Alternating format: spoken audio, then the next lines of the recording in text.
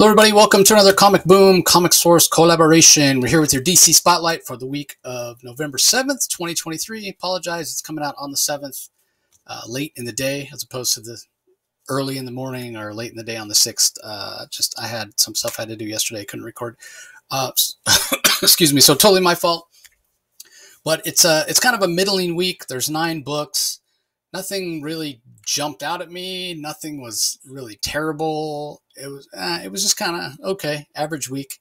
I think Rocky's going to be surprised when he hears what my book of the week was, but we'll get there. We'll figure it out. But anyway, how'd you feel about the week overall, Rock? I thought it was, I don't know. I thought it was okay. It was better than some weeks, and so there's a couple of, I thought there was a couple of standouts. So I'm interested to, now you piqued my curiosity about what your pick of the week's going to be, but it'll be interesting. So, let's get to it, my friend. Well, you know what? Usually you can figure out what it is because it's a book that I get really excited and talk a lot about. So I think you're going to know before, we get to the end, but I still think you're going to be surprised. But anyway, we'll kick it off with Birds of Prey, written by Kelly Thompson. Art is by Leonardo Romero. Colors by Jordi Belair. Letters by Clayton Cowles. I'm going to start with the art. I've liked the Leonardo Romero art up to this point. It still is very good storytelling. But one thing that I'll say, in the setup issues, in the first 2 issues, because Kelly Thompson herself has described this really as sort of a heist story, right? Like, I'm not exactly sure why it's Black Canary. I mean, I know Black Canary considers Sin like an adoptive daughter. I never was really sure why that was the case. I mean, Sin is the daughter of Blockbuster in some way and had her soul sold to Neron by Blockbuster and has been through the ringer, as it were. And she's gone to Themyscira. The Amazons have agreed to look after her and train her and what have you. So, and last place we saw her is in the Titans. So it's still not clear to me why, where this prophecy comes from, why it's Black Canary, why isn't she involving the Titans, specifically Dick Grayson. Not exactly sure, but that's okay. I can set that aside, that this is sort of a heist thing, and Black Canary has to keep it secret, right? Like I need to buy into that notion for the story. I'm fine with that. So it is sort of this heist story, and the treasure or the thing that they're going to steal is Sin herself. And so the first 2 issues set up for that. Really, the first 2 issues are very strong on setup and on character interaction. That's what this book is focused on. The interaction between the characters. The dialogue has been funny. It's been interesting. It's been witty. It's been very sharp. I love the way Kelly Thompson gives personality to Barda, and I love her take on Harley Quinn. It's just really been a pleasure to kind of see that the personality and the characterization that Kelly Thompson has brought to these female characters. And when we were focused on that, when it was set up and when it was focused on kind of the interaction between these characters, I think the Romero art was fantastic. It was so good at conveying that kind of dry wit that a lot of this dialogue has. But now that we're into the action part of it, the art is not as dynamic as I would like. Again, still very good storytelling, and those moments and those beats and the funny lines, one-liners, what have you, they still land very, very well. But, I would be lying if I said that I didn't think that the action scenes weren't as dynamic as they might be with a different artist that had a more dynamic style. And that's just not where Romero's strong suit is. Again, nothing against the art per se, because it tells the story very well. It's very well paced. And I love, the facial expressions and the body language and that sort of thing. But the action doesn't feel quite as over the top. I'm not feeling the impact of the action, especially when there's a scene where Zealot is fighting against a bunch of Amazons. So again, I'm nitpicking. It's like, did I go out of the way to try to find something that wasn't great about this book? Maybe a little bit, because overall it's really interesting. I don't have any complaints about the story and the pacing, and it's just really, really enjoyable. But I couldn't help in those action scenes kind of wondering what it might look like if a different penciler was handling those action scenes. But I wouldn't have wanted a different penciler to handle the setup issues. So once again, I'm being a hypocrite where I say I always want the same artist to do the whole book or to do the whole series. It's like, I I don't know. I mean, maybe Romero. I mean, again, it's just not where the strength is in the art. But again, very strong book. There's some foreshadowing now that Wonder Woman knows that the Amazons or I guess the Amazon island's under attack. Themyscira is under attack. That all these female antagonists, protagonists, whatever you want to call them, are there. This crew that Black Canary put together. It didn't seem like Green Arrow was much of a distraction for Wonder Woman, which is kind of what was expected, right? What we expect as readers, what Black Canary expected, what Green Arrow himself expected. So I was surprised he held out as long as he did. But anyway, strong issue. Just that little nitpick for me. But what are your thoughts on it, Rocky? Yeah, just quickly add to some of your comments. I really like the portrayal of Zealot here. I like how Kelly Thompson's not afraid to play with and add her own mythology to the mythology of Paradise Island and Themyscira. I like how she has Zealot sort of do a beachfront ritual where she sort of appears to put some sort of animal or worm inside of her and chants something, and then it such that she cannot die or kill anyone, which is interesting, which I think plays into some of the action scenes, which I enjoyed. I quite enjoyed. I like the fact that, as Zealot says, it's amazing how it affects your fighting style when you know that you can't die and that you can't kill anyone. And so Zealot is actually, she can be as lethal as she wants, because no matter she can stab as many people as she wants, they're not going to die because of this ritual she did on the beach. And I thought that was really cool. I'm totally curious, what's the history of Zealot? How is Zealot's history related to Themyscira and the Amazons? That's interesting. We don't need to know the answer to that, but I like how Kelly Thompson is planting those seeds. I like the characterizations. I like how Map sort of jokes with Zealot, saying that she looks pretty good for being so old. We don't know exactly how old Zealot is. I'm still not entirely sure how much of the history of the Zealot, which we know back from the Wildcat days and the Image days, coming through to the New 52, is this new iteration of Zealot. What exactly is her history? I kind of look forward to Kelly Thompson's interpretation of that, because I'm really enjoying this. I thought the characterizations were spot on. There's something about Leonardo Romero's art that it's really growing on me. I really enjoy it. It's sort of like a cross between, it almost looks like it reminds me a little bit of Darwin Cook, but with his own unique style. And I quite enjoy it, and the coloring is muted. Is muted, and I know I'm not the only one.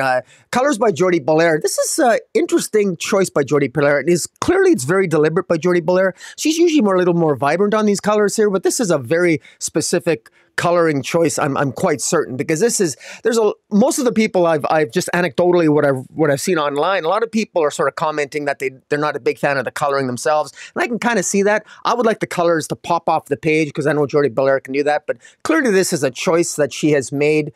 I've got mixed feelings about it, but overall it still doesn't detract from my enjoyment of the story. So yeah, overall this is pretty good, and this is one of my candidates for pick of the week. Yeah, you're right about the colors being sort of muted. Yeah, it's not. I don't want to say it's not clear why you would make that choice, but it certainly is an interesting choice. I don't know that I understand why that choice either. I think it does work in terms of if it is kind of sort of a personal interaction book, like I talked about the last two issues being, as opposed to this one was just more action, but it felt like it was missing a little something. So. All right. Anyway, let's move on. Next, we have Blue Beetle #3. This is written by Josh Trujillo. Adriana Gutierrez is the artist. Will Quintana on colors. Lucas Gattoni on letters. It was fun to see Jaime back together with his ex-girlfriend. Not like together in relationship-wise, but just to team up with Tracy 13 once again. And he's asking for her help because it's becoming clear to him that this blood scarab, his powers may be magical based. Reminder of how powerful Tracy 13 is, even though she's a younger hero, probably needs to get a little bit more of a spotlight because she is a fun character. It's always cool to see Blue Devil as well, even if it was only for a moment, as the surly bartender. Dan Cassidy, the weirdness magnet. Still loved that series back in the day. Paris Cullen's art, just gorgeous. I've been critical in the past of Adrian Gutierrez's art, not on the first series. I thought the art in the first series was really great, but in the second series here, he's doing something that I'm not a big fan of, and I've criticized before. He's doing like the ink splatter, or what have you. We saw it a lot in the Batgirl series from Jorge Corona. For some reason, it's growing on me here. For some reason, it's working here. Maybe it's because when it does show up, it's on pages where there's like a lot of wreckage because of the fights with Blood Scarab and the other Scarab wielders in the book. Not really sure why it works for me in this book and it hasn't in others. Maybe I think maybe also the colors. The colors here from Adriano Lucas are kind of bright and vibrant, and so maybe the page doesn't feel as muddy. I'm not sure, but whatever reason, I really like it. I'm enjoying, like I said, the interaction between Jaime and Tracy when they find out, hey, this goes back to the earliest origins of Blue Beetle and Dan Garrett and the Blood Scarab, and the first time Dan found Kaji Da. There's history there, but it's clear also that the Blood Scarab is formidable. Maybe what I would consider like the first true like antithesis, nemesis of Jaime. You know, he's had other villains, that have showed up before in the past as specifically Blue Beetle villains, as it were, but none that really kind of felt like they could rise to that level, like a Joker to a Batman or a Lex Luthor to a Superman.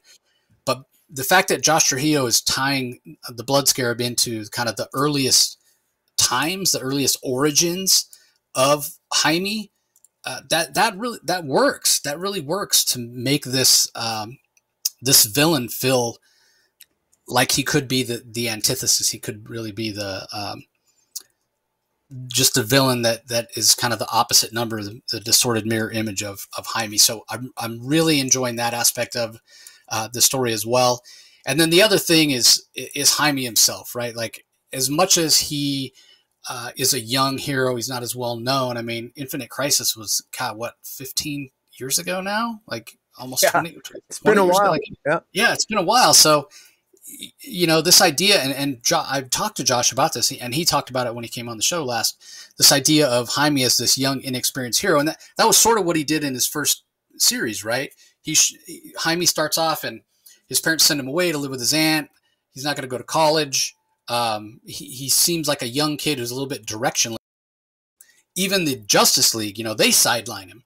Again, you're inexperienced, you don't know what you're doing, whatever. And by the end of that series, you say, no, that's not the case. Jaime, he knows what he's doing. He deserves respect. He deserves to be treated as an experienced hero and what have you. So we're seeing that play out, that kind of character growth and that evolution continue to play out to the point where Jaime is faced with something that, a lot of heroes are faced with, that age-old question, why don't you choose the final solution, as it were, right? Like, he has a chance to perhaps, and we don't know if it would have worked or not. Blood Scarab is very powerful, as I said, but Jaime has a chance to blast him point blank, maybe, literally blow his head off, and chooses not to. He can't do it. There's that whatever it is in him that says, I don't want to kill, or do you want to take the chance, the risk of killing somebody. And even Tracy 13 is like, what are you doing, man? You got to take him out. Interesting that Tracy, she's around the same age as Jaime. Maybe because it's magic, and there's a resurrection or whatever, she's not so worried about killing somebody. Jaime still is. I like that, right? It's the humanity of Jaime, that even though he wants to defeat this guy, he wants to protect the people that I guess aliens, the entities that he cares about. He wants to protect them from what Blood Scarab may do to them in the future. But when it comes to actually possibly killing him, he draws the line. So I like that. That was interesting, especially as it's juxtaposed against Tracy 13, who's saying, no, you take him out, blow his head off, kill him. You gotta do what you gotta do, as it were. So that was a powerful moment, and we know there's going to be consequences, because Jamie didn't do it, or Jaime didn't do it, and Tracy 13 and Jaime ended up having to kind of run for their lives, as it were, because the Blood Scarab recovered. So really action-packed issue, great art, great colors. I'm really enjoying the series. What'd you think? I loved it. I love the inclusion by Josh Torillo of the Oblivion Bar That's awesome. You know, the last time we saw that, I think, was in Justice League Dark. Nice to see Madame Xanadu. Nice to see the Oblivion Bar again.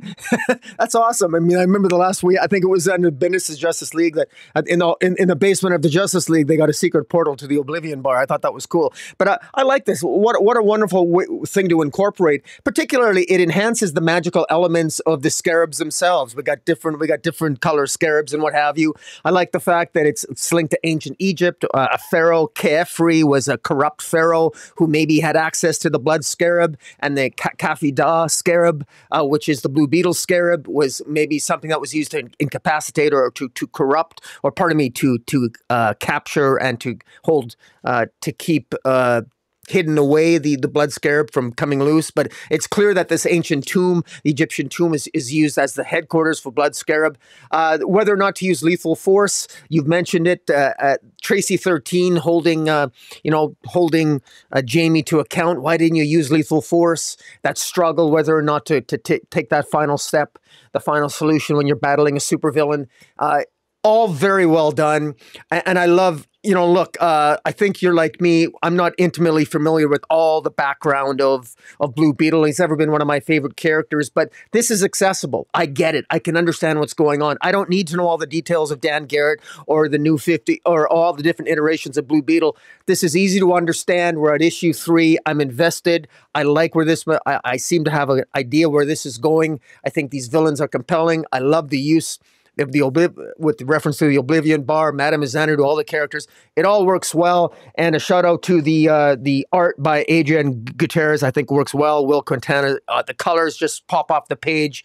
And I agree with you that the style with the blotchiness, it seems to suit the art. So overall, I quite enjoyed this. And yeah, I quite enjoyed this. I'm having a lot of fun with this. And because it's not a character that I normally find myself excited to read their adventures, the fact that I look forward to this every issue, this put a smile on my face reading this. I'm looking forward to where it goes.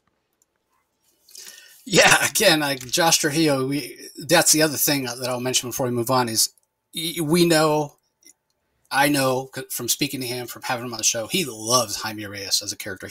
He's so invested in these characters, and it really shows. You can tell he's having a blast. So I want to give credit to and kudos to Josh. Fantastic job. All right, up next we have Superman 78, The Metal Curtain, continuing kind of a sequel to the Superman 77 series that Robert Venditti, the writer, did previously with Brainiac. This time we're seeing a whole new villain. This is written by Venditti, as I mentioned. Art is by Gavin Guidry. Colors by Jordi Belair. Letters by Dave Lamphere of A Larger World. So give us your thoughts on this one, Rocky. I thought it was okay. It was okay. I note that the art. I thought the art was not bad, but it was different than the first artist, because on the first series of Superman 78, the artist was Wilfredo Torres, and I think I prefer his art. It's a little bit cleaner and a little bit more fine, and it just seemed to be more just a little bit better. But still, Gavin Guidry, the artist for this series, does a reasonably good job as well. And the story itself is, again, kudos to writer Robert Venditti here. It's easy for me to imagine the 1970s special effects used for this type of story. It just seems to capture the essence of the characters. This is really a Metallo story. When Krypton exploded, not only did it bring young Kal-El to Earth, but it brought some kryptonite that landed in Russia. And in a nutshell, the Russians utilized that, and through their connections with the mysterious person who I assume is Lex Luthor, they attain a Metallo suit, and they have one of their Russian soldiers assume the mantle of Metallo, and that's essentially the essence of the story itself. But just the rapport and the dialogue between all the characters as we recall them in the movies, Perry White, Lois Lane and Clark, just the dialogue, how it rings true. If you're a fan of the movies, again, this just is something. To me, it's a must read. If you just want to harken back to the days of the good old fashioned Christopher Reeve Superman, this is probably. dare I say this is better than Superman 3 and 4. I will say that there's even a scene where Superman repairs an oil tanker with his heat vision, which was right out of a scene from Superman 3, where he did the very same thing. I'm being a little bit critical here when I say this, but I wish Robert Venditti would have been a little bit more creative in some of the adventures of what he challenges Superman with in this issue. But I'm pretty sure the reason why he did that was to harken back to some of those Superman movies, and so probably he made the right decision. Maybe I would maybe prefer just a little bit more originality in some of the action choreography, but that's a nitpick. This is an enjoyable comic if you're into Christopher Reeve Superman. What do you think? Yeah, I agree on all accounts. I think Gavin Goodry, his art style is a little more kind of like animation. It's almost as if take a Superman movie, any of them, 1 through 3. I don't acknowledge that 4 exists, but take any of the first 3 and say, okay, animate this, turn it into a cartoon, and this is what it would look like. Whereas Wilfredo's art was a little more kind of photorealistic. So it's just a preference of style. I kind of prefer the style that kind of reflects a little more live action. But again, it's a total nitpick. You're right in saying that this has the feel of those movies. And I love that we didn't go. It doesn't look like we're going to some sort of crazy supervillain with superpowers like we did last time, right? Last time it was Brainiac, this alien, really esoteric ideas. We had the bottled city of Kandor, all that kind of stuff, right? Like think about when this would come out, in '78 when the Cold War was still a thing. What's the villain going to be? It's going to be Metallo, but not an American Metallo, a Russian Metallo, and they have kryptonite. Like there's all these like aspects to the story that feel very much like they're pulled right from 1978. Like they would work so well if this had been Superman 3 or Superman 4 on the big screen. I Superman 1 and 2 are inarguably the best, as you said. Like 3 is way better than 4. 4 is the bottom of the barrel for me. 3 has its redeeming qualities. Yeah. Richard Pryor's funny in it. That's right. What's his name? The guy that plays the nephew. Trying to blank on his name. He got a chance to return as playing Lex Luthor in the Supergirl TV. John Cryer. His portrayal as the nephew is kind of. But anyway, I digress. This, rather than that Superman 3 with Richard Pryor or whatever, would I rather have had this? Yes. Would I rather have had the Brainiac story? Yes, 100%. So, it's not a big surprise that Superman, the Christopher Reeve version of Superman, is the Superman for Robert Venditti. That's who he pictures when he pictures a character. Superman is his favorite character. All that stuff comes through here. And that being said, as much as I love the ideas in here, I love where this is going.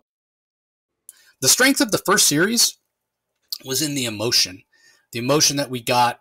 Yes, Venditti nailed it in terms of the tone and the feel, making it feel like it was the Christopher Reeve version of Superman, making it feel like it was grounded in that Superman movie universe. This one, I don't know if it's because I already saw him, play that card, do that trick, and he did it very well, that it didn't land as much for me on this one. But it's the first issue, right? So we haven't really had a chance to really get to those emotional moments yet. So, nothing against Venditti, nothing against Gavin Goodry. It's just this series hasn't come close yet to what Venditti and Wilfredo Torres accomplished in the previous one. But again, it was those later issues when we saw the bottled city of Kandor and the Kryptonians that survived, and we saw the choices Superman made, and we had those emotional beats that story like really landed. So first issue, willing to give it time, because I love a lot of these ideas. I love the idea of a Russian Metallo. I love the idea that Lex Luthor might be so pissed off at Superman that in the late 70s, in the height of the Cold War, when Russia is the enemy, all caps, that Luthor would even go to the other side, as it were, the other side of the Iron Curtain. Which that's a play on the metal curtain of this story. The title of this story, subtitle, is a play on the Iron Curtain. The fact that Luthor would go over to the other side, as it were, it's not surprising. He really has no allegiances except to himself. But God, it really shows how despicable a character he is. Yeah. So yeah, good stuff. All right, let's move on. Up next, we have Batman 139, Mind Bomb Part 1, written by Chip Zdarsky. Art is by Jorge Jimenez, colors by Tomeu More, letters by Clayton Cowles. I really enjoyed this. There have been some times in the recent past where I've been a little critical of Jorge Jimenez's art. I loved his art back in the day on Superman, doing those Super Sun stories with Gleason and Tomasi. And then it felt like his art got a little looser in style, a little more messy, a little more dynamic, but not quite as clean, didn't look quite as cinematic. This is a return to that style that I fell in love with in the beginning. The opening scene, the setup, we're getting, you know, a crime scene on the streets of Gotham City with all this detail. You see the body, you see the, you know, purported victim, holding a cup of coffee, sitting on the edge of the ambulance, little details like that, the steam rising off the coffee.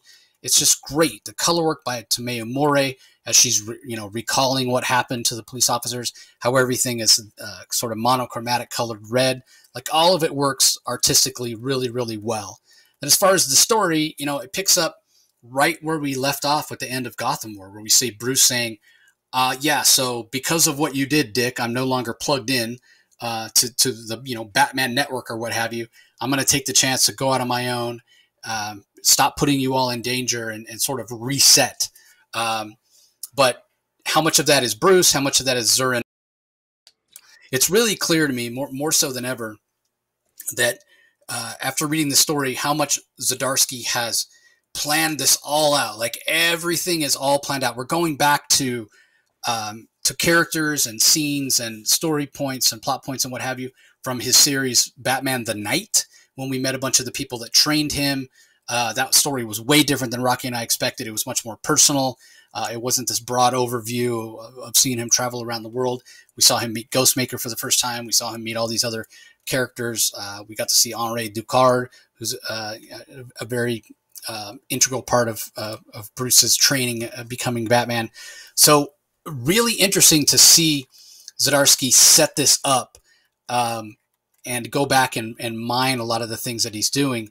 And interesting in a juxtaposition against who Bruce was at the beginning of Gotham War when he first woke up from that 2-week coma, or however long it was, 8-week coma, 2 months. And he seems sort of unhinged. He's coming across as very methodical and logical here, like the Batman that we know, the Batman that would not have done what he did to Jason Todd and what have you. But as it goes along here, and certainly at the end, when we see different versions of not Batman, but different versions of Zur-En-Arr, and it becomes clear that the Joker, this version of the Joker, I guess, because that's another thing, it becomes clear that the Joker knows who Bruce Wayne is, and because of that, he's in a way more formidable than ever. He's kind of leveling up his game. Does he truly want to destroy Batman? Does he truly want to destroy Bruce Wayne? Does he want to destroy one? Does he want to destroy both? Does he want to destroy any hope of Batman using the Bruce Wayne persona so he'll be Batman all the time so they can have even more fun playing their Batman Joker games? Not exactly sure what the Joker's end game is here. But what's clear is, yeah, we're going to get a lot of Batman and a lot of Joker in terms of, like, fundamentally, who are these characters and what is their interaction? Anybody who's listened to this podcast for a long time knows that I'm jokered out at this point. I'm jokered out, but here we go again because it's another character or another writer on Batman who hasn't got a chance to tell, quote unquote, his Joker story. So now we're going to get Chip Zdarsky's Joker story. But damn if I'm not intrigued, you know? Like, he's pulling in from all this different stuff that hasn't worked or hasn't been explained, that's been left along the side, like 3 Jokers, the idea of 3 different Jokers, Jeff Johns, whatever, and we'll talk about the end of Matthew Rosenberg's Joker maxi series here in a little bit. But this was intriguing to me. You know, pulling in the idea of Zur-En-Arr from Grant Morrison. He's been playing with that. He's been playing with the trauma. Now he's playing with the Joker. Where this goes from here, I'm interested. I kind of like the idea of stripping it away. We know we're going to get plenty of the Bat family, but I like this idea of simplifying.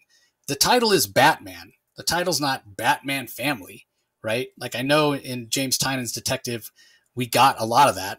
And it was Batwoman that was actually the main kind of the lead on the team, and Clayface and Stephanie Brown and Tim Drake and whoever. I think Cassandra Cain was there as well, and we didn't actually get much Batman, but that was in Detective Comics. This is Batman, and I guess there's sort of an expectation because the supporting cast has gotten so big that when you pick up a Batman book, you're going to get a lot of those other characters. But this title's Batman, and if it just focuses on Batman and we leave all the other stuff aside, I'm perfectly fine with that. And if we don't have Joker as the villain all the time, I'm even more fine with that. So this is intriguing. I'm pretty impressed. A lot to do with how Zdarsky is pulling everything, because it sort of felt like his run so far was kind of a runaway train where we're going this direction and then we're done, and now we're going to go over this direction and then we're done, and now we're going this other direction and we're done. And it hasn't felt as a whole run to be cohesive previous. This issue feels like it pulls it all together. So yeah, I was pretty impressed. And if you're watching us on YouTube, you can see behind me, it has one of the action figure, the McFarlane Toys action figure covers with Batman, with Bane breaking Batman's bat. I had to order that. I ordered all the action figure covers, even for books that I don't typically buy the physical copies. When I was doing my order, I typed in action figure cover, and I made sure to get them all because they're just bad. They're just awesome. They're just badass. Yeah, it's cheaper than buying the action figures themselves. I know that. Oh yeah. Oh, 100%. When I do buy action figures, I do buy McFarlane stuff. But that's right. It's not that I can't necessarily afford it. It's that I don't have room. I just don't have room. So yeah, very sparingly. I did buy the. I don't know if I showed you, Rocky. So give us your thoughts on this issue while I grabbed what I got at San Diego Comic-Con this last year. I did buy a McFarlane action figure. Yeah, but give us your thoughts on this while I grab that. Yeah, I feel that Gotham War really derailed Zdarsky's storyline.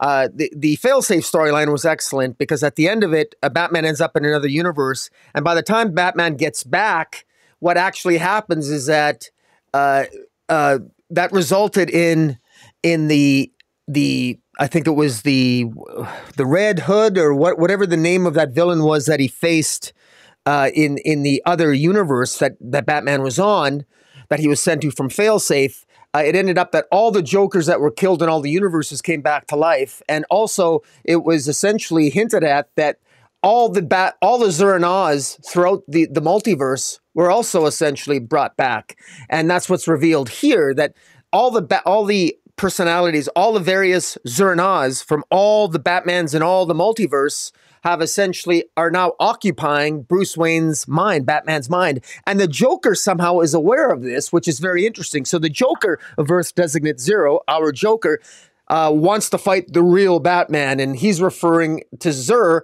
and all the Zur-En-Oz iterations of Zur from all the multiverse seem to be occupying Batman's head. And so that's what I find really fascinating. And, what's going to happen here? How is it's difficult enough for Batman to overcome the personality or the essence of just one Zur-En-Oz Batman in here, yet now his mind is occupied with an entire multiverse of Zur-En-Oz that seem to be occupying his head. The Joker seems to be aware of it. We should also keep in mind that the reason why maybe all these Zur-En-Oz Batmans from the multiverse might be occupying Batman's mind is maybe they want to kill off all the Jokers and all the different parts of the multiverse that were resurrected because of the end of that failsafe storyline. So everything's connected here. One thing that was not necessary was Gotham War. If we'd have went straight from failsafe and then Batman gets back from the multiverse and went straight into this sort of storyline, Mind Bomb, it would have been so much better. Gotham War just, I think, completely derailed that momentum. But good news is I'm back on board. I'm just going to forget Gotham War happened. And I'm really happy with this. I love the art. I love the concept here of the multiversal iterations of Batman of Zur-En-Oz occupying Bruce Wayne's mind. And perhaps we're going to see different iterations of the Joker here. Or at a minimum, there's even mention, like you said, of 3 Jokers. What exactly is going on here? I don't know. I'm a little bit worried. I've lost faith in Zdarsky. I think he squandered it with Gotham War, if that was actually a plan, because I thought Gotham War truly was a disaster. And I'm a little bit worried if he's going to be able to handle really good concepts, because Gotham War, in theory, if it had been done right, was maybe not a bad concept. This is not a bad concept either, but man, I hope it's handled better than Gotham War. I'm choosing to have faith because I've but for the hiccup of Gotham War, I've always been a fan of Zardasky, and I love his independent work and what have you. So I'm definitely on board here. And yeah, so I like the main story. I like where it's headed. Mind Bomb has got my attention, my curiosity, and my attention. And yeah, so I'm. Do you wanna give your thoughts about the backup with the Vandal Savage? Yeah, real quick before that though, I do wonder, right? Like I'm not privy, I don't know. I could probably find out, but it was probably editorial going to Zardasky and saying, okay, we need. It's been a while since we had a bad event. We need to do a bad event. Mhm. And he may have wanted to work with Tinny. Like again, it's purely speculation, or maybe editorial said, hey, we need a Batman and a Catwoman event. I don't know. And then they came up with the idea. Editorial's not going to be saying, okay, we need a Gotham War. They're just probably saying Batman event. So it was up to Zardasky to come up with what the idea was, along with Tinny Howard. So I don't necessarily agree that it robbed him of its robbed this story of its momentum, because I think Zardasky was probably like, well, okay, what can we do with Gotham War? We can use it as a way to show the trauma that Bruce has undergone recently, which makes him susceptible to this, Zur-En-Ah takeover, as it were. And I think in that way, Gotham War was successful. It wasn't successful in the unevenness of the story and how it feels like two disparate stories. The first half of the story completely abandoned to get to the second half of the story, which is Vandal Savage. So, yeah, it wasn't successful at all. We definitely agree on that front. But I don't want to. I'm not pointing fingers, but it probably was. There's probably blame to go around, is what I'm saying, right? Like you can blame some of it on editorial. They're probably the ones that went to Zardasky and said, "Hey, we need a bad event." He could have planned it better. It could have been executed better. I mean, who knows? Again, I'm speculating, but part of the reason I think that is because of the backup, right? Which is also written by Zardasky, and it clearly he's got story idea left because the backup stars Vandal Savage. He did survive what happened at the end of Gotham War with the meteor hitting and turning the elements underneath Gotham City into a Lazarus pit, basically. Jorge Corona does the art. The ink splatter's there. It's okay. It's not terrible. It's not as bad as it was in Batgirls. But again, just the idea of this story and the fact that Vandal Savage is now tied to Gotham City because he tries to leave. And the further he gets away from Gotham City, he feels himself weaken, right? So the whole reason he was doing what he was doing in Gotham War and trying to have the meteor fragment hit was to get his powers back, get his immortality back, get his strength and everything else back. He's got it back. He feels more powerful than ever. But the further away he gets from Gotham City, the weaker he becomes. So he's sort of trapped. He's tied to Gotham City now. So Zardasky clearly wants Vandal Savage there in Gotham City to tell more of Vandal Savage's story. So again, that makes me believe that the pivot to in Gotham War halfway through to Vandal Savage, that's got to be Zardasky's doing. I just find Vandal Savage to be kind of a mustache twirling villain. There's not really much complexity to him. I guess rightfully so. The guy's a caveman. You would think somebody who's lived for thousands and thousands of years would be more interesting, but he's not. He's really not. Nobody's ever done an interesting Vandal Savage story. I mean, again, I haven't read every single one of them, but anytime I read, it's just he's one of those guys. He wants power for power's sake, not for any particular reason. He's not interesting, the way like a Doctor Doom is or a Toyo Harada is. So yeah, I've never really been that interested in him as a character. So we'll see if Zardasky can turn that around. But interesting to tie Vandal Savage so closely to Gotham City, and yeah, especially because he owns Wayne Manor now. So eventually, that's going to have to be rectified as well. So we'll see how that plays out. What were your thoughts on the backup? Well, my thoughts on the backup were, I mean, it's fine. Vandal Savage is now restricted to Gotham City. That's cool. But again, Vandal Savage has been portrayed as has never been written particularly well, really by anybody. He's always like the troglodyte. He's always a moron. He's always defeated. He's never been particularly portrayed as all that bright or intelligent, and yet he has these long-term plans that almost immediately fall apart upon one hero taking 5 minutes to reflect on the master plan that he has. It's kind of embarrassing. I'm going to give some criticism to Zardasky here. I've got Zardasky has already played his hand. He's played Vandal Savage as a moron, as an idiot. Vandal Savage not only is a moron and an idiot and is not very good at planning, but I mean his role in Gotham War, he was just a wild card that he was out to destroy Gotham and then leave and even kill his own daughter. And so there's nothing even redeemable. There's no part of Vandal Savage as a villain that has any kind of redeemable value that you can relate to, either as, I mean, even, yeah, okay, I get it, he's evil, but he doesn't even care about having any kind of legacy or offspring, and he doesn't even care about Scandal Savage, his daughter. He doesn't care about, and now, I mean, and then he was just going to leave Gotham. Why would you leave Gotham if you've acquired billions of dollars, you've acquired Wayne Manor? Why would you just up and leave? But now you got no problem staying. It just seems very haphazard and sort of thrown together. But again, I'm being a little bit harsh on this, because frankly, I like the idea of Vandal Savage staying put in Gotham. Maybe try to work on your intelligence. Maybe work and plan something long term. I mean, try to pull up what the Penguin's doing over by Tom King there, where Penguin is at least maybe trying to start over again and put a little bit more intelligence and forethought into your plan. So I hope that's what Zdarsky does with Vandal Savage, because so far Vandal Savage has come across as really exactly like you said, sort of like a mustache twirling, villain that it's almost kind of embarrassing. He deserves better than this, and I hope Zdarsky elevates him somewhat as a villain moving forward. Yeah, there's different ways it could go. We saw Azrael and the old school Asbat's armor costume.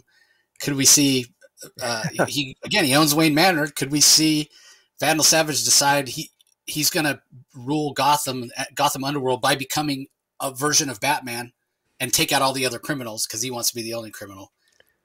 Or could it go the other way? Could he dive in completely villainous, try to take over Court of Owls? Like, there's a lot of ways it could go. But anyway, real quick before we go to the next one. So here's the latest McFarlane action figure that I nice got. Alan Scott.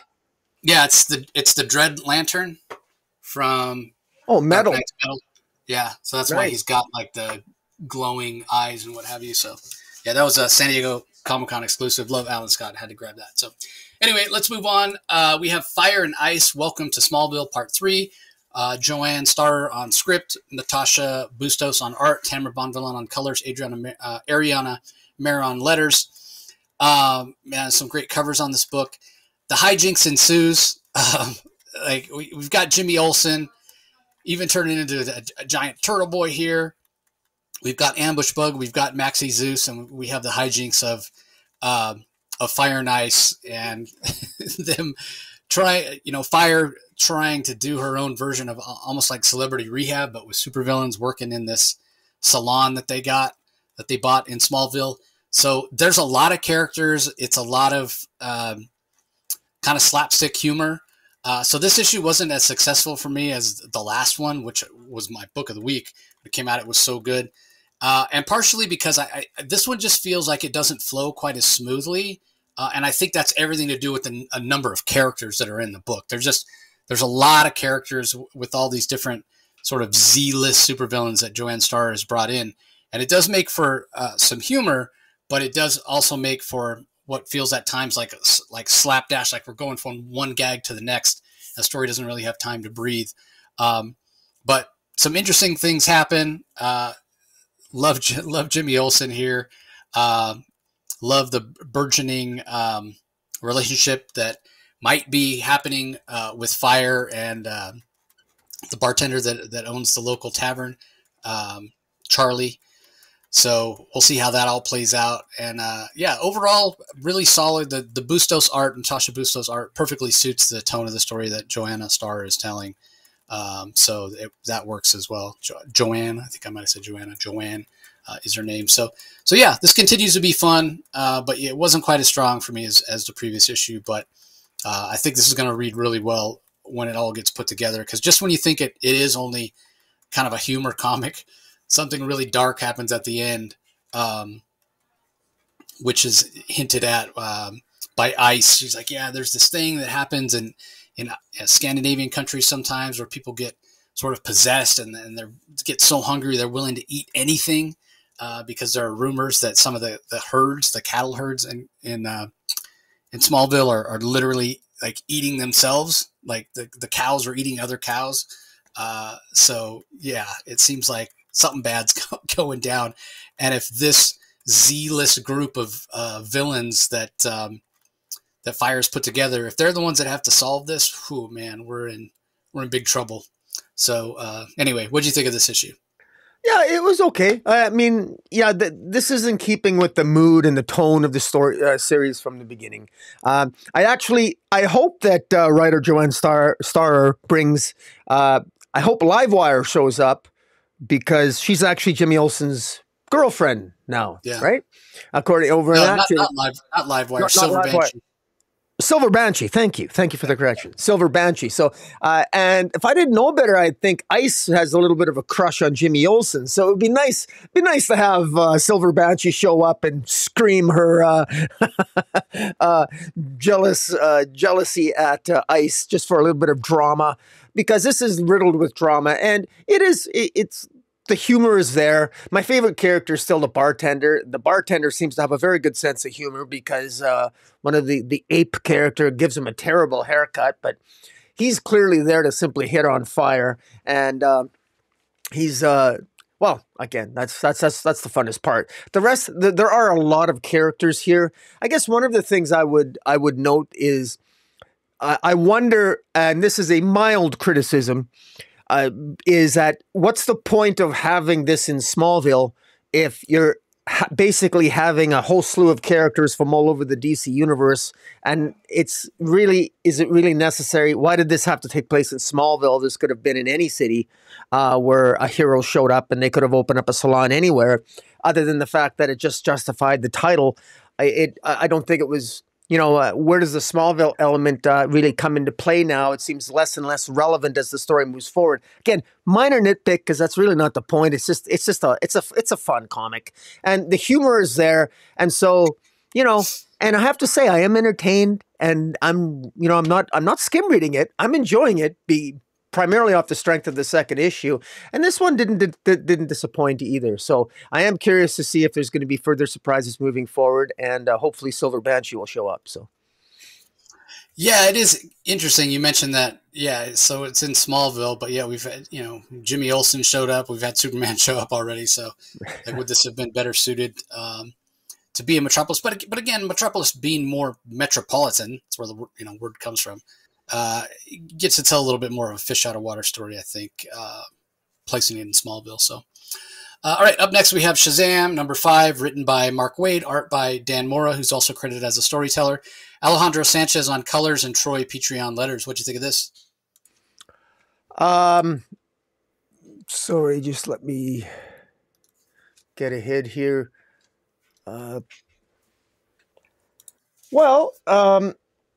This picks up from the end of the last issue where Queen Bee has incapacitated Billy Batson. He's sort of floating in space. Mary Marvel shows up.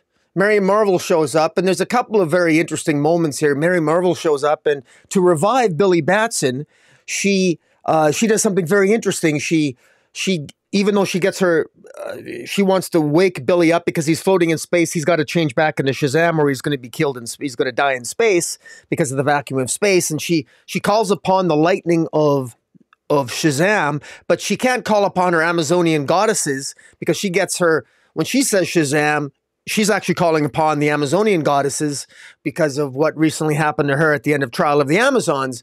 But she incredibly, she sort of calls out and asks the Amazon goddesses not to throw her lightning, because when she says Shazam, she's really talking to Zeus, and Zeus hears Mary Marvel's call for Shazam and throws his lightning, and she moves out of the way, and the lightning hits Billy and changes him into Shazam.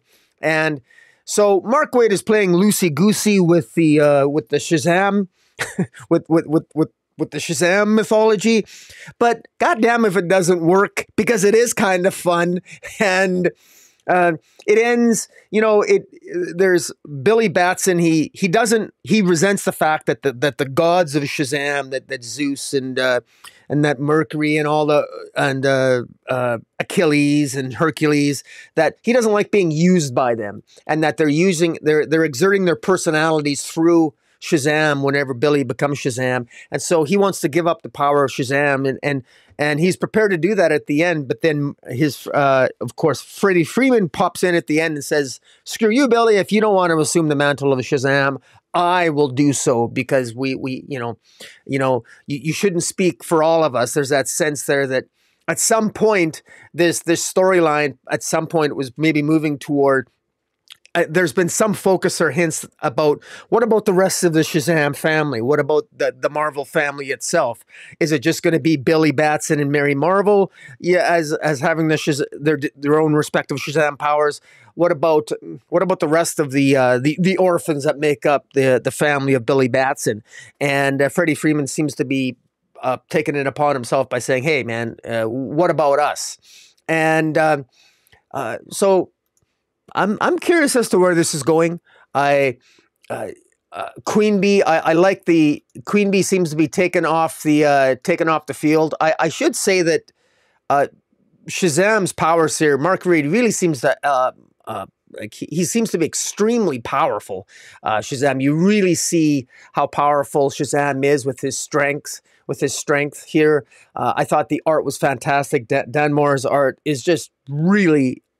It's amazing. It really makes the story. These stories aren't complicated, but you really get a sense of the character interaction, the love and the friendship between Mary Marvel, Billy Batson, his family, and even how he feels. He resents how he's being treated by his gods, by Zeus, and at some point. It's going to be interesting to see how Zeus and the other gods sort of reconcile how they've treated Billy, because Mark Waid's really portrayed them like a-holes here. Even Solomon, who maybe is the god who has Solomon, the wisdom has a lot of wisdom, but Solomon, you think Solomon himself would have had more influence or tried to bestow have some influence over the rest of the gods that make up the Shazam power. But I thought it was very interesting what Mark Waid has done here. I think it's worked well, and it poses a lot of questions. But I would have liked to have seen Mark Waid. I'd like to see him explore more of if there was more ramifications from the breakdown in the relationship between the gods and Billy Batson himself. But that might be forthcoming. We'll have to see, especially now that Freddie Freeman and maybe wants to come to the forefront and have those Shazam powers, and maybe they're going to compete for the powers themselves, or who knows what's going to happen. So I'm intrigued to see where this is going to go and how Waid's going to resolve this storyline. Yeah, this definitely has a timeless feel, right? Like you mentioned how powerful Waid makes Billy, and it's very easy to understand. There's some humor here, definitely all ages, continuity light, but in that way, there's not a lot of sort of subplots or complications to the story that are pulling me in, other than this idea of the gods being a-holes, as you put it, and this idea that Billy's, kind of standing up to them, and then come to find out Freddy, who you can completely understand why Freddy would do this, and we get hints that Billy's going to be betrayed in the next issue. I think it even says, like, next issue betrayal or something like that. Because, Freddy, when he was sharing the power of Shazam, he didn't have to worry about his physical limitations. He didn't have to worry about his disabilities. He was, for lack of a better word, made whole when he had those abilities. And I've said before how much I loved what Jeff Johns did in creating the Shazam family and making it feel, giving it very much a family feel, and the playing off the interactions between everybody, Darla and Pedro and Mary and Freddie and everybody, Eugene. But at the same time, there's the other aspect of it that we've talked about before. We talked about it with Green Arrow. We talked about it with Flash. We talked about it with Batman. We talked about it with Superman. This idea that the core hero, the original, whoever it might be for those particular groups of heroes, becomes less special when you kind of dilute it down and give them all these different sidekicks, all these different, the supers, as they're now being called, all the Green Arrow people. So same thing, right? If you have 5 different people that have the Shazam powers, it makes Billy himself, Captain Marvel or Shazam, less special. So I don't mind them kind of going back to basics, as it were. But I say all this to say this is a very good book for younger readers, because you don't need to know anything else that's going on in the DCU. You can pick it up. There's just enough subplot, just enough little sophistication, hints and threads here that it can kind of set you up going forward to read comics and to understand kind of the soap opera serial feel of them. But if you just want to, pick it up and read an issue or two, you can do that as well. And the subplots and more complicated, more mature story parts of the story don't really matter. So I really appreciate that from Wade, that he's making this feel timeless and making it feel classic. And yeah, with Dan Moore's art, I mean, you definitely feel the power of Captain Marvel, the power of Shazam. The moon is spinning and he's able to stop it. That's just an awesome visual and an awesome idea. So, but yeah, in terms of like the actual story, actual fight, tons of action, but not really a lot to it in terms of, hey, what does this mean? What is that? What's the deeper meaning of it? There is no deeper meaning, right? The apes wanted the warp drive.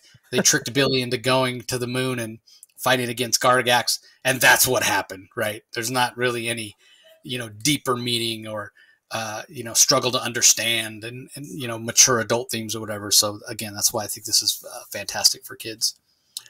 All right, up next we have Icon versus Hardware number 5. Honestly, I thought this series was over. So we have issue 5 here. Almost feels a little bit like an epilogue. It's written by Reginald Hudlin, Leon Chills.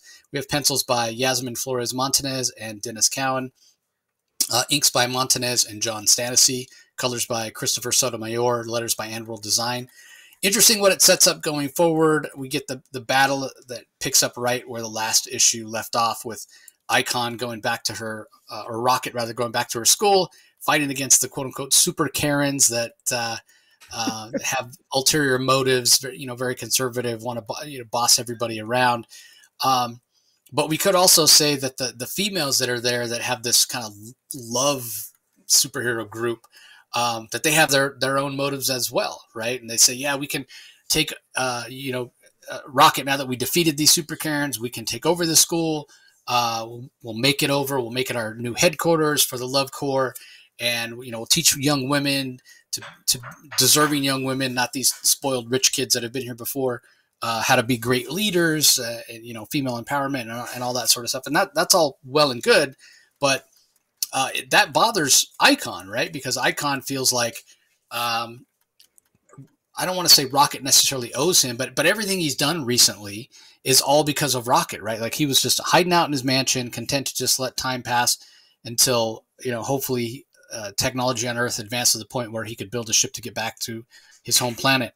But Rocket was the one that came and convinced him to, become part of the world again and try to make a difference. And now she's going to turn around and kind of go with the Love Corps. He feels a little bit abandoned, as it were. We also have this fight between Hardware and Icon against Brainiac, which doesn't really, it's almost a three-way fight, right? Like Hardware and Icon are willing to take out Brainiac together, but then as soon as Brainiac is kind of off the playing field, Icon is of the opinion that Hardware doesn't deserve the powers and abilities that he has because of the terrible choices he made, altering the timeline and all that. And Hardware, for his part, is like, you don't know who I am.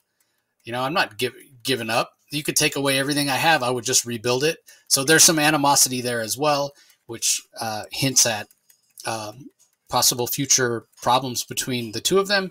And then at the end, we've got these groups that are members of the Shadow Cabinet, which was another milestone title back in the day, that see all these threats going on. They see what's going on between Hardware and Icon. They see what's going on with the Love Corps and the Super Karens and what have you.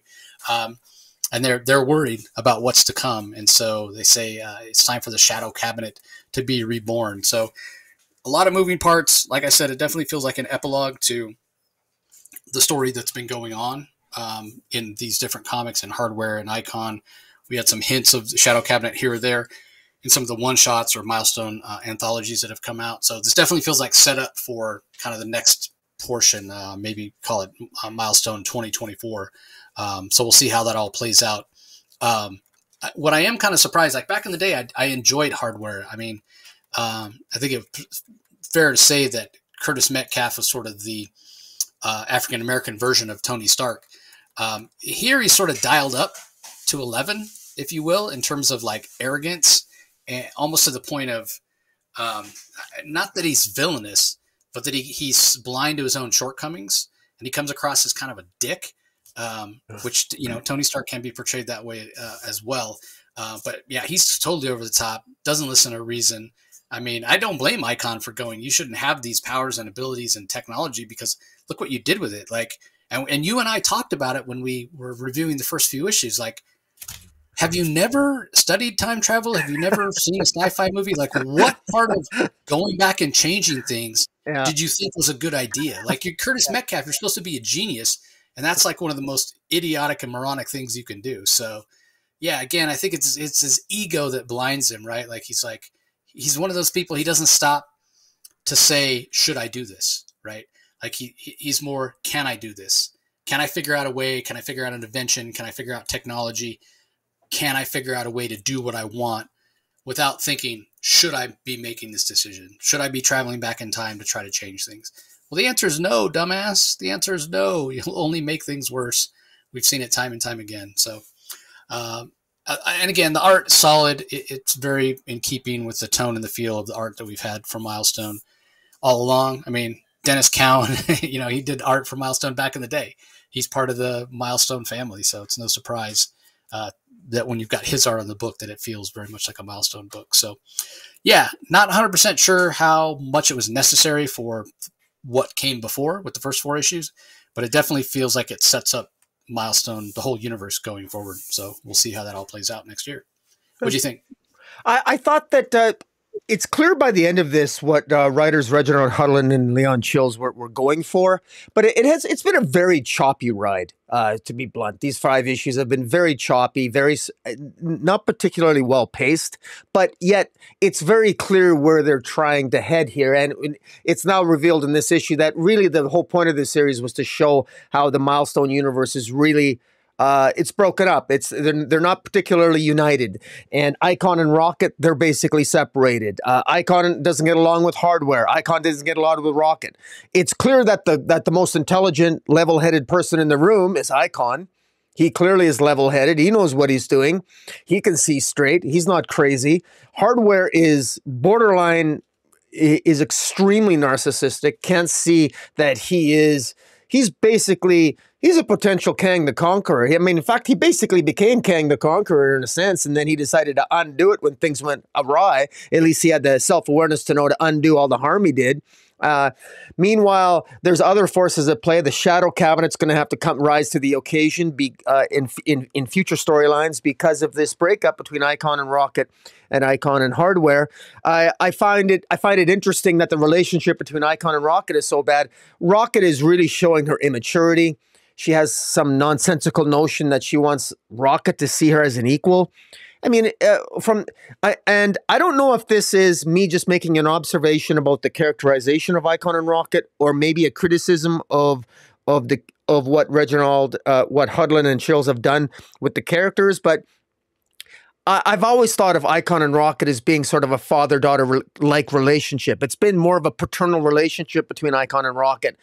And then, then to see that Rocket doesn't see Icon as a father figure, I thought was very surprising. She wants to be his equal. Like, give me a break, honey. I mean, with all due respect, you ain't never going to be his equal. Ain't nobody Icon's equal. And the fact that she's even thinking along those lines, I find absolutely astonishing.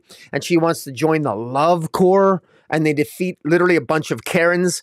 I mean, I have to say this, that there's a lot of cultural elements from our real world in this. I mean, even the fact that they fight a bunch of Karens, there's the more over the top, crazy cultural elements from our world are used by Hudlin and Chills and exaggerated here.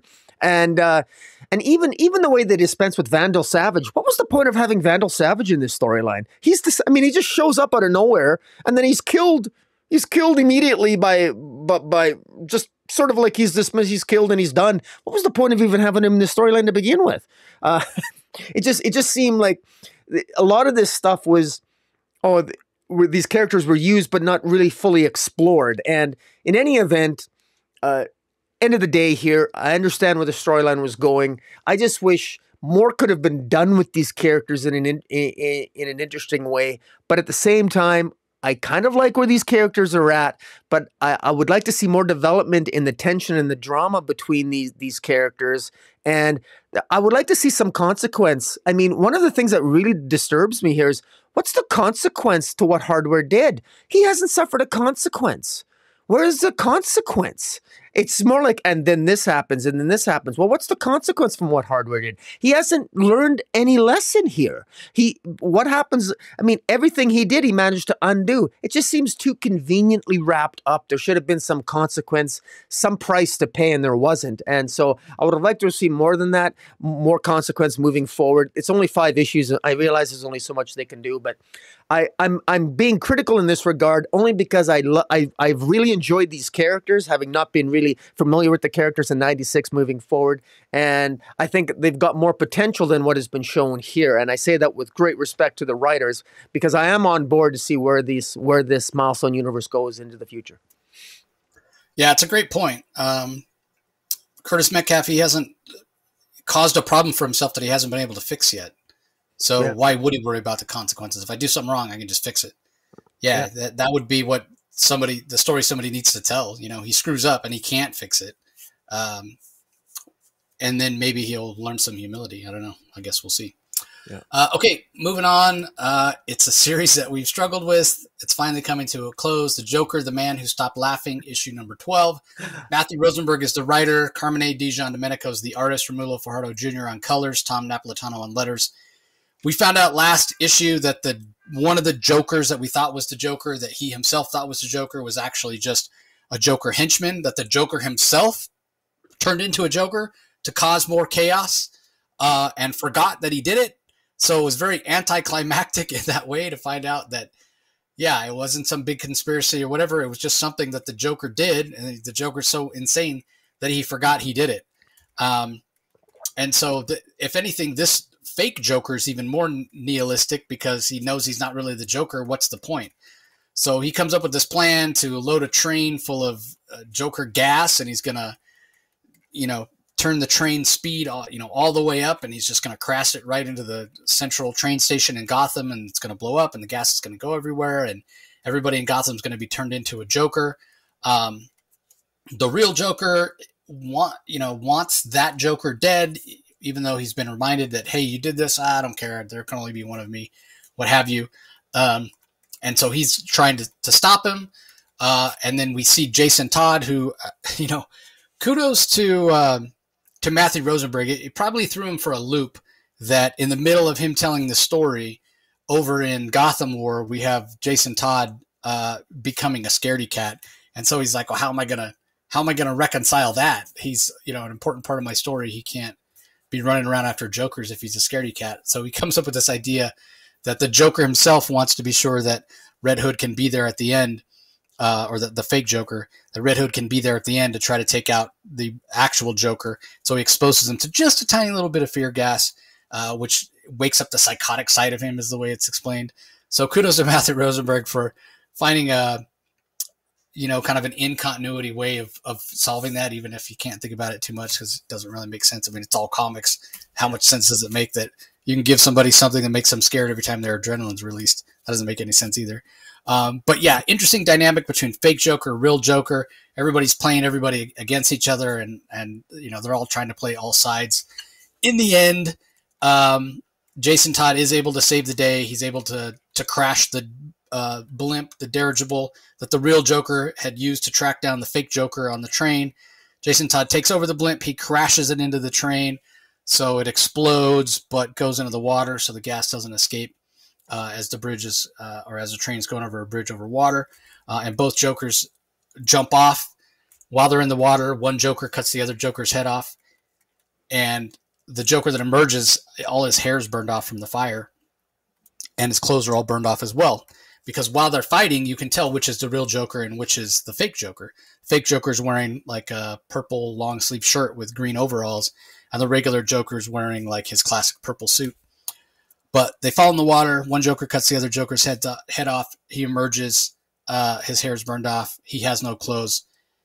And one of his henchmen says, well, what happened to the other Joker? He pulls his head up out of the water. Oh, he's right here. I'm the real Joker. But we don't actually know that. We don't actually know if this is the real Joker, if it's the fake Joker, is it the original? Is it not? Guess what?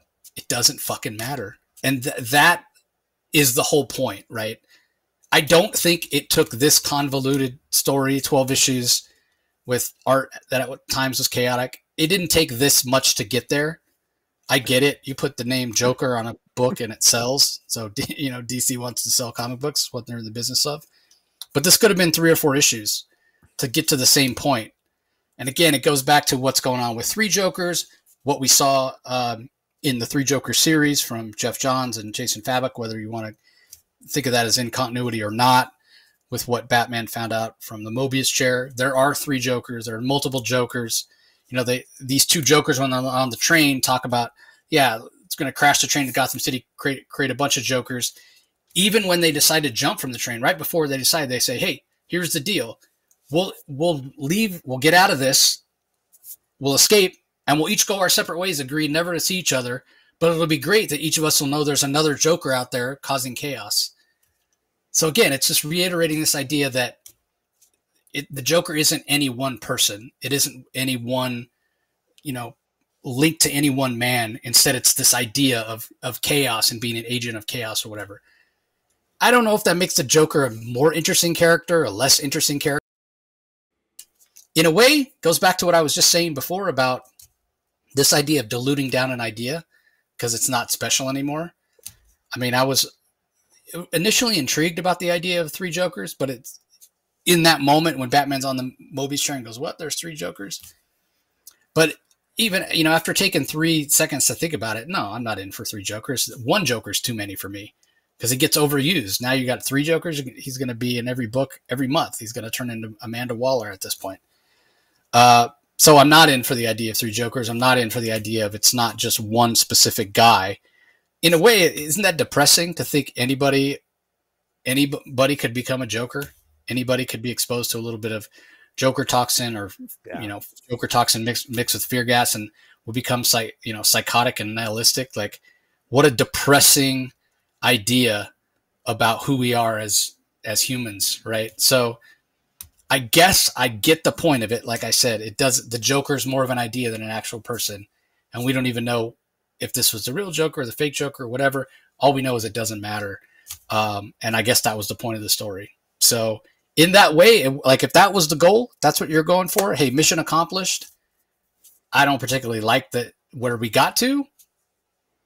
And I don't think it needed to take as long to get there, but I get it. You got the idea across, but yeah, I won't miss reading this series on a monthly basis. I'll say that. So, what were your thoughts, Rocky? My thoughts are, I thought Matthew Rosenberg should have made no attempt whatsoever to make this part of mainstream continuity because it shouldn't be, and it ought not to be, and it's unnecessary. Straight up, I thought this was sort of Black Label and sort of out of continuity anyway. Why would you want to fit this in? What purpose does it serve narratively? It's completely unnecessary. We've already got 3 Jokers. We got and I just think this is really, really well, okay, you and I both criticize this. The pacing has been wonky. It's been all over the place. You have an easier time distinguishing between the fake Joker and the real Joker. I sort of gave up because I stopped caring. And it really doesn't matter because at the end, I mean, all this to get to the end when the whole point of the ending is that it doesn't matter. So we don't know if the fake Joker or the real Joker survives. So it doesn't even matter anyway. Well, then what was the point of the 12 issues? And I guess that I get that maybe that was the point and maybe anybody can be the Joker, but anybody can't be the Joker. I mean, let's be blunt. Yeah. How do you create a Joker? Well, just shoot somebody in the head. This thing just really, this just loses any, what was the point of this? And I don't want this to tie into anything else. I don't want this to be referenced. This can't even, well, this is not going to be an evergreen. I've already forgotten about this. I just want to move on. Matthew Rosenberg, when given 12 issues, then tends to write a 6-issue story and decompress the hell out of it to the point where it loses its moments, it loses its gravitas, and this is clearly an example of that, and it's unfortunate. And I'm not a huge fan of the art here, to be honest. I my inability to adequately distinguish between the Jokers and keep track of the narratives moving forward. Admittedly, I think it'll hopefully read better as a trade, but then you and I even commented in earlier issues, maybe it won't read better as a trade. Maybe it'll actually be worse. And let's not forget the backups. The backups themselves were wonky to begin with, and not entirely. I mean, the biggest controversy was a pregnant Joker giving birth to some at one point. The Francavilla backups. I love Francavilla as an artist, but a lot of this was, what was the story being serviced, and what was the point here, other than just being zany because it's a Joker story. So this whole thing was one big question mark, and for me, just a huge disappointment. And this isn't my cup of tea, and I can't recommend anyone get this either as a trade or as an individual issue. Straight up, I just can't, because I find it deeply unsatisfying to me. But we'll leave it at that. It's not my pick of the week, I'll tell you that much. Yeah, I mean, we're definitely on the same page with this. Like, why did it? If this was a point, doesn't matter. Joker can be anyone. It should not have taken this long to get there. Yeah. And why do it so much back and forth for the first 8, 9, 10, 11 issues? Which one's a real Joker? Which one's a real Joker? Oh my god! How did this happen? How are there two Jokers?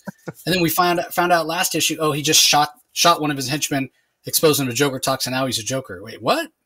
And all the back and forth, like, which one's a real Joker? Like, and then bad enough, it just turns out it's a henchman. Like, how anticlimactic is that? And then this one to end going, but it doesn't matter. Anybody can be the Joker. Like, yeah. Then why the fuck did I read this? Yeah. I mean, just yeah. Definitely not my pick of the week either. I know I'm not spoiling anything by saying that. And don't get me wrong, I love Matthew Rosenberg. If this was his goal and he wanted to stretch it out, and I will say it does say a lot about chaos and human nature and what have you. If you want to look at it from that perspective, I don't, because I'm sick of the Joker. But if you wanted to read this thing and break it down from a psychological standpoint, there's a lot there. There's a lot of meat on that bone. I just don't care. I'm sick of the Joker at this point. Anyway, let's move on. Last book we're going to talk about in detail, Poison Ivy, number 16, written by G. Willow Wilson. Marcio Takara is the artist, colors by Arif Prianto, letters by Hassan Otsman-Elhaou. I don't actually have a lot to say about this. Poison Ivy's in this very little, actually. It has more to do with her.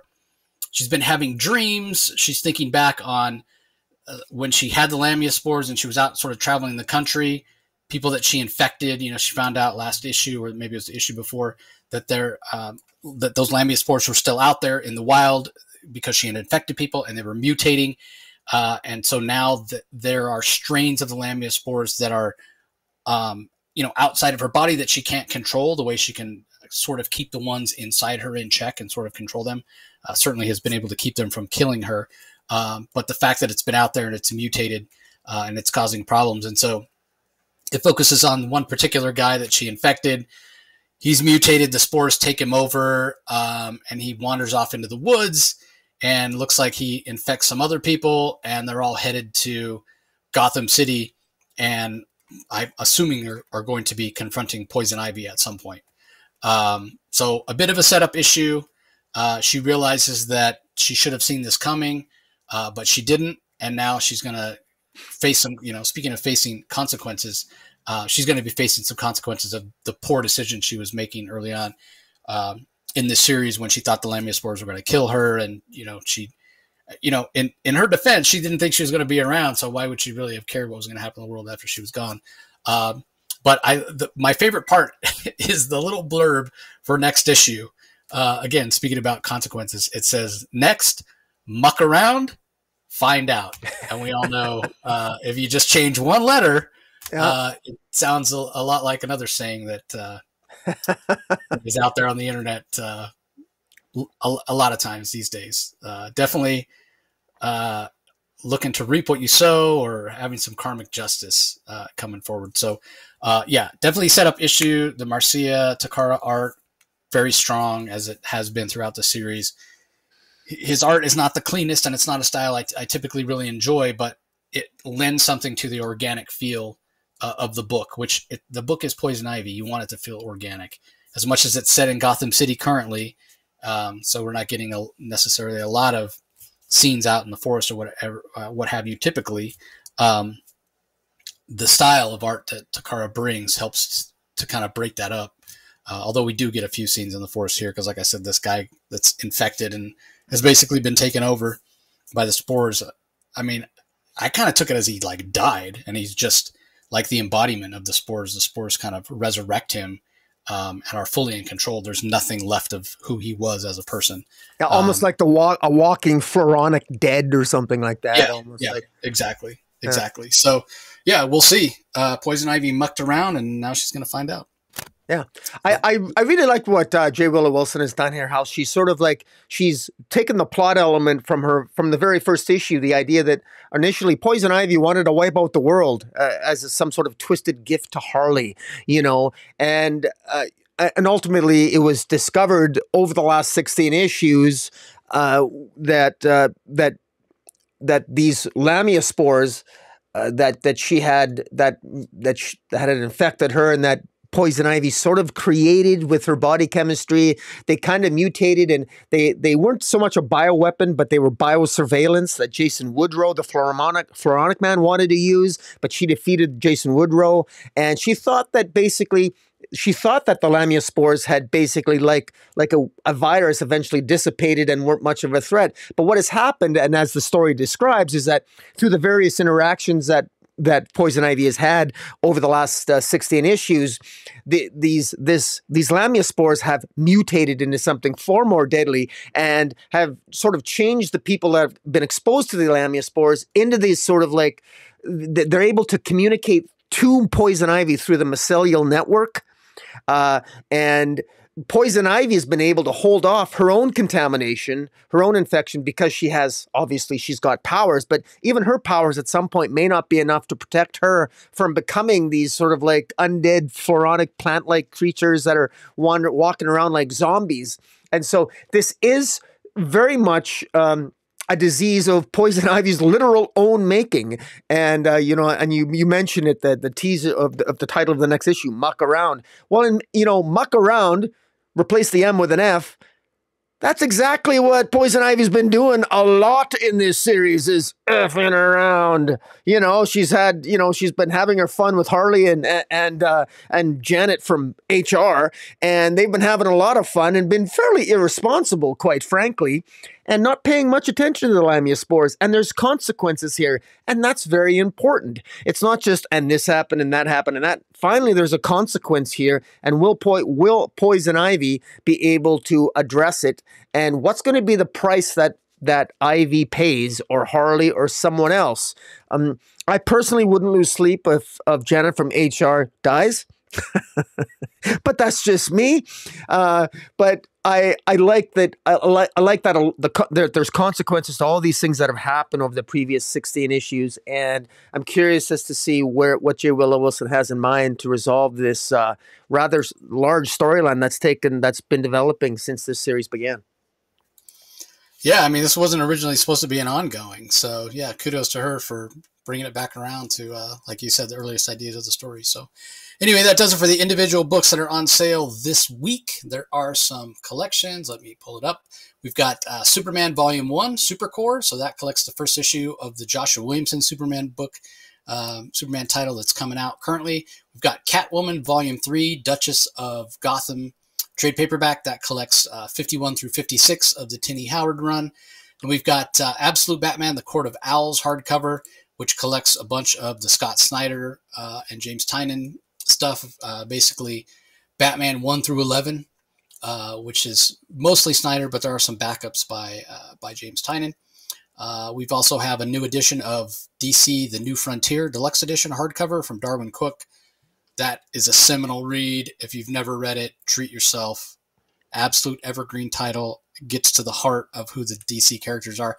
Whenever if anybody ever asked Jimmy Palmiotti, hey, because he's had such success doing things like Marvel Knights and knows everybody and just a fantastic creator, fantastic person. Hey, if you were editor at DC, what would be your first thing that you would do? And he always says, I would have every creative team, every creator that works for DC or is working on any DC book, read Darwin Cook, The New Frontier, because that captures DC 100%. So that's obviously high praise. We also have Sandman Universe Dead Boy Detectives trade paperback, which collects the Pornsack Pichachote series. Static Up All Night graphic novel, which is in the DC YA line from Lamar Giles. We have Batman Reptilian trade paperback, which is the Garth Ennis, Liam Sharp drawn Black Label Batman book, which was really, really great. Batman's a complete dick in that. It's so fun. Superman Unchained, Scott Snyder, Jim Lee art. Jim Lee not at his best. You can tell Jim's super busy and rushing the art at some points, but still, it's Jim Lee art, Scott Snyder writing Superman.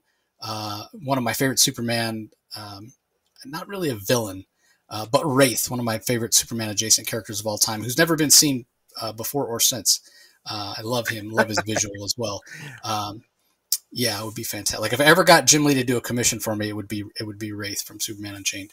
So highly recommend that. Also, Kamandi, The Last Boy on Earth by Jack Kirby has its second volume, which collects a bunch of the issues from the series, issues 21 through 40 specifically.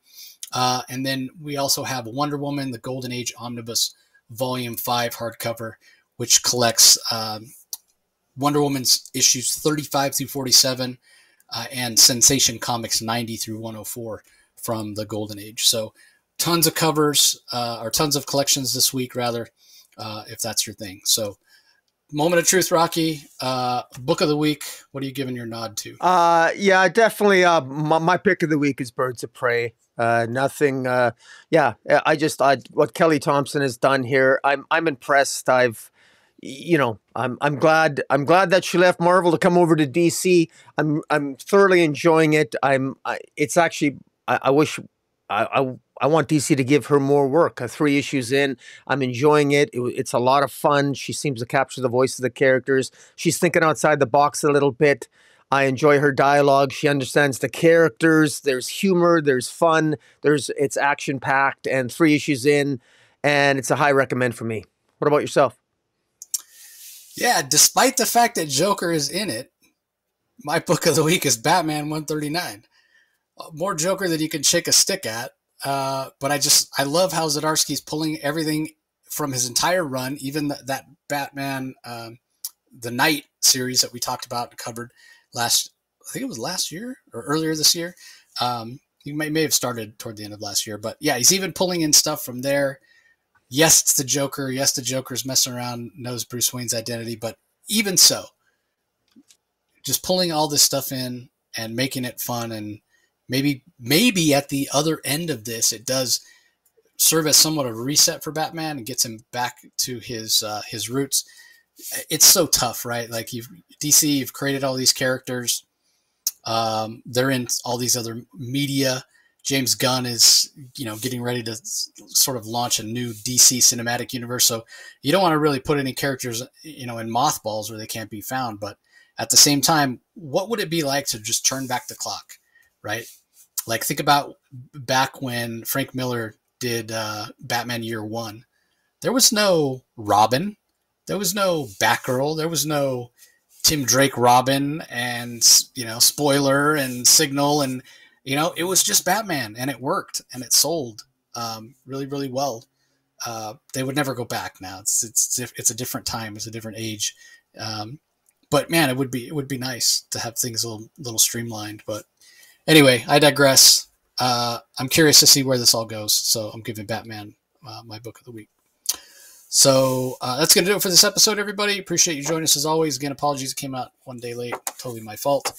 If you're listening to the audio only, be sure you head over to the YouTube channel and subscribe. Rocky's channel is Comic Space Boom ! You can see our previous videos. You can see Rocky's other content there and what have you. If you are checking us out on YouTube, we appreciate it. Be sure you leave some likes, and we love to get discussions going in the comments. So you can definitely take part in that. But also be sure you head over to the Comic Source and subscribe on whatever platform you listen to your podcast on. Just do a search for the Comic Source. You'll find us. There's thousands of episodes to go back through, listen to interviews, convention coverage, reviews, and all of that. So we appreciate the support as always, and we will talk to you next time. Catch you later.